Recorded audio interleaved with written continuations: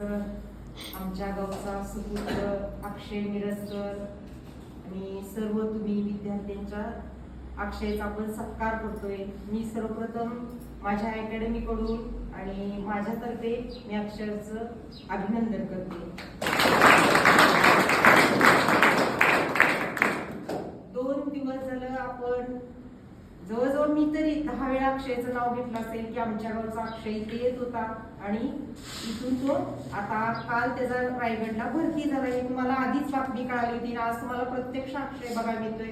अक्षय इथं आला, आमच्या अकॅडमी विषयी काय वाटतंय मी ज्यावेळेस त्याला विचारलं तर त्यानं सांगितलं, त्यांनी सरांची एवढी स्तुती केली की सरांनी सगळं मुलांना जिथल्या तिथं जे पाहिजे ते सगळं केलं। गोळ्याचं मैदान म्हणा, पाण्याची सोयीपासून जेवढं म्हणजे आहे अकॅडमीत, मी एवढ्या अकॅडमी पश्चिम महाराष्ट्रातल्या फिरलो म्हटला, तो बऱ्याच ठिकाणी गेला। त्याचा जर प्रवास सांगितला तर तुम्हाला आश्चर्य वाटेल तो कुठे गेला नाही।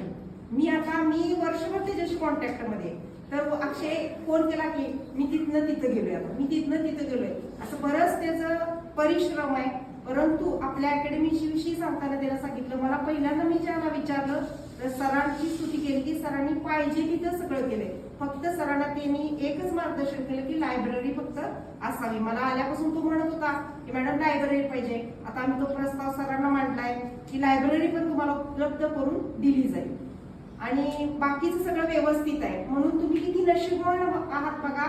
ह्याच्या आधी अक्षय ज्यावेळेस गेल्या वेळेस मुंबईला फेल होता त्यावेळेस अक्षय 2 मार्कात गेलता, त्या पण अकॅडमीत होता, बऱ्याच ठिकाणी अक्षय राहून आलाय। त्यामुळं त्याचं मत आहे की आपली अकॅडमी सर्व दृष्टीनं परिपूर्ण आहे, अशा परिपूर्ण अकॅडमीत आहे। तुम्ही पण सक्सेसफुल व्हा।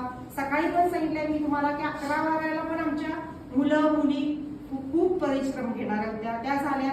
13-14चा पण निकाल आमचा 100% आणि आत्ताचा 24चा पण निकाल आमचा 100% लावावा, हीच आमची धडपड आहे की आमचा निकाल व्यवस्थित लागावा म्हणून।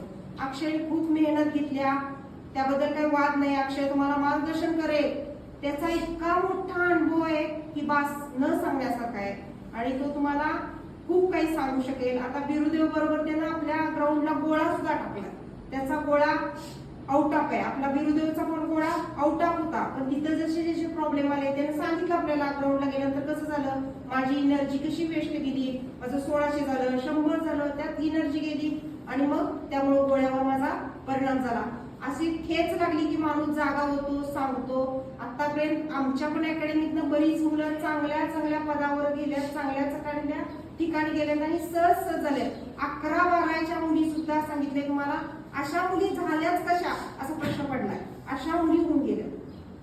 अगदी नॉर्मल अभ्यास, असा काय पोलीस वरती हार्ड अभ्यास करा, नॉर्मल मुलीचा सुद्धा झाल्या। त्यामुळे तुम्ही प्रयत्न करा, शेवटपर्यंत प्रयत्न करत राहा, तुमचं काम यशस्वी होणारच, यात काहीच वाद नाही। अक्षय सुद्धा तुम्हाला तेच सांगेल। एवढं बोलून मी पहिले 4 शब्द संपवते।